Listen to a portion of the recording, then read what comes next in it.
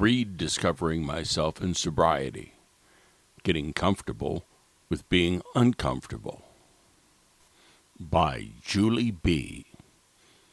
The print version of this story can be read at the aabeyondbelief.com website in Personal Stories dated September 25, 2016. I feel like a baby bird, I said during a meeting when I was newly sober. I felt shaky and unsure of myself, and like I didn't know how to do anything as a sober person. I was happy to be no longer a slave to my addiction, but I also had no idea of who I was anymore, or how to function in the world as sober Julie. It had taken me a long time to attain sobriety, but once I'd managed to string a few sober days together, I kept going. Throughout the process, I recall feeling uncomfortable in my own skin all the time. One day in a women's group I was attending, someone asked, "So, we're just supposed to learn how to be comfortable with being uncomfortable?" And the answer was, yes. With that in mind, I set out to do just that, and eventually I started to feel less and less discomfort. So what did I do exactly? Well, the first thing was coming to believe that I deserved a good life in sobriety, even at the times when all I wanted was to run away and escape from reality. I decided to fake it till I made it. Now that I was sober, I could read books again, something I'd been unable to do while drinking daily. I found I had a lot of free time and no social life in early sobriety. So I spent time researching how addiction affects the brain. Going to the library regularly also helped me to start socializing with people, even if it was just a short exchange with the librarian while checking out my books. It gave me a small sense of purpose each day, which helped keep me going.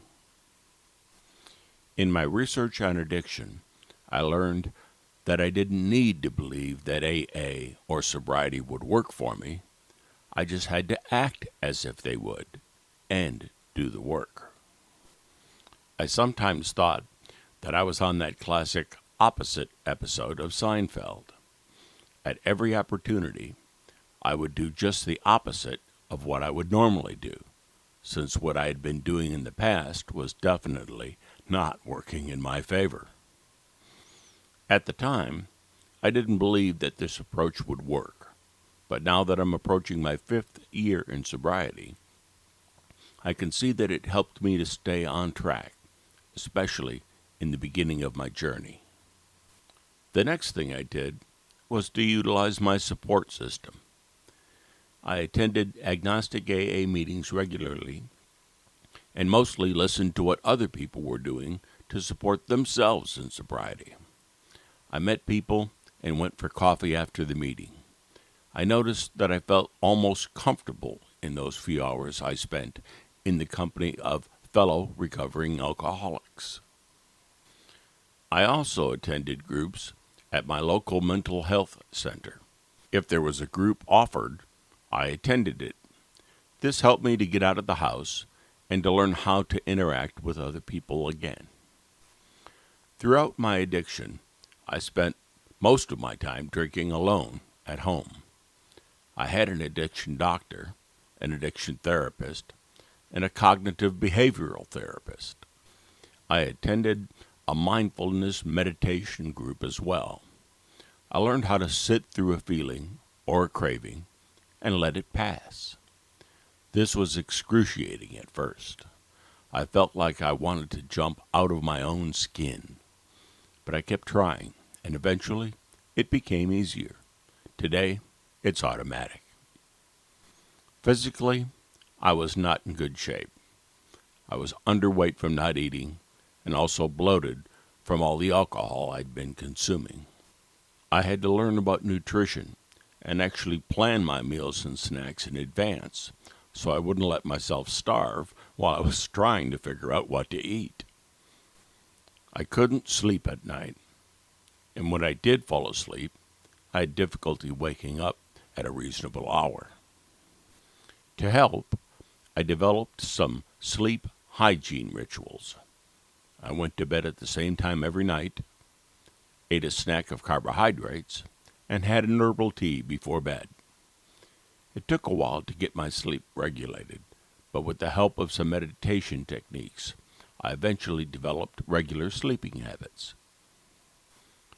This might sound like a lot of effort, and it may seem overwhelming to someone in early sobriety, but none of this happened overnight. There were long periods of time when the only thing I accomplished during the day, other than eating, was taking a shower and getting dressed. I actually had to write "take a shower" on my to-do list and talk myself into it on many occasions. I told myself to just do the next right thing about 1,000 times, and that helped me to bathe, dress, and feed myself every day.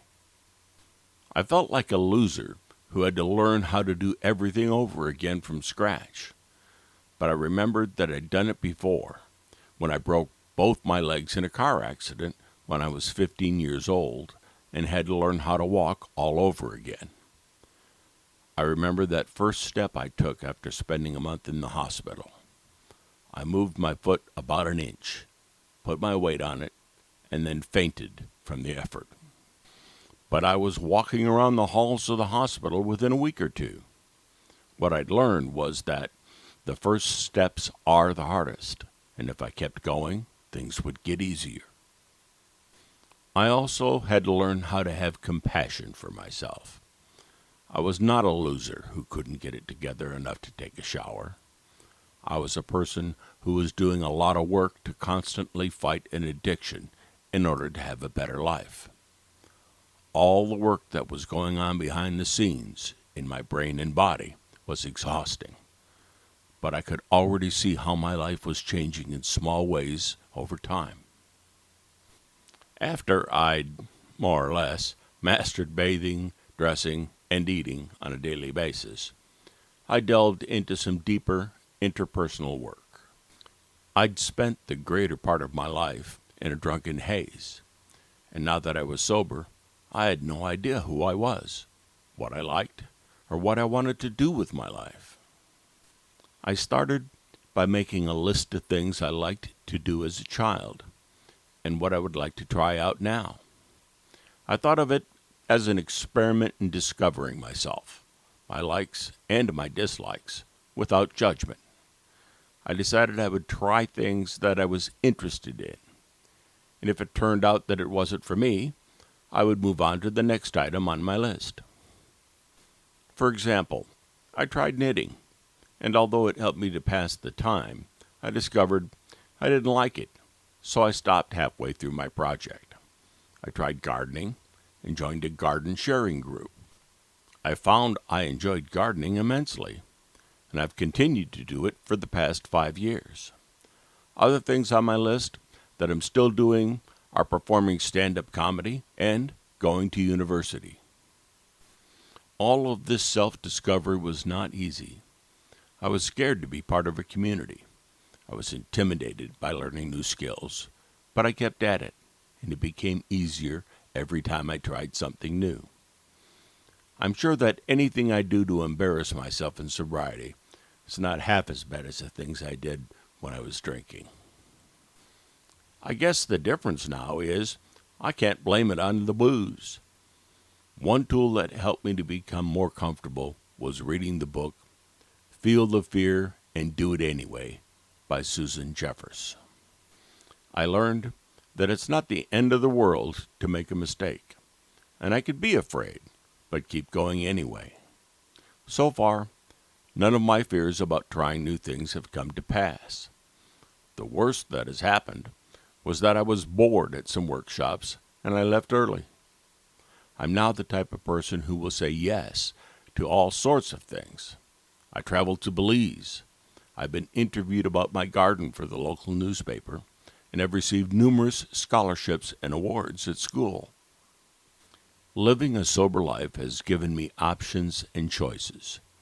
I enjoy the freedom to make my own choices about how I'm going to live my life.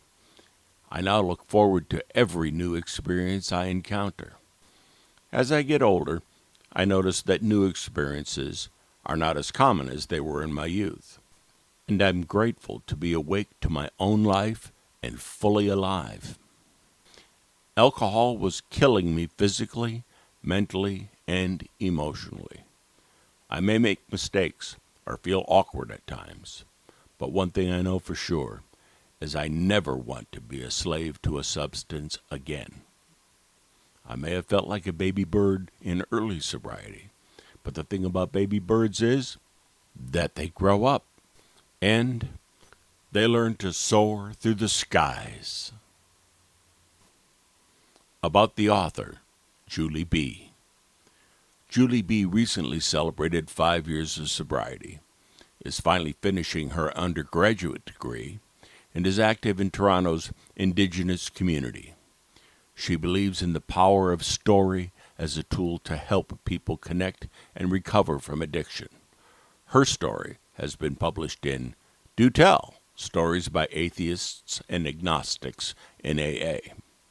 She enjoys spending time with her 2 cats, gardening, and taking hilarious photos of chipmunks.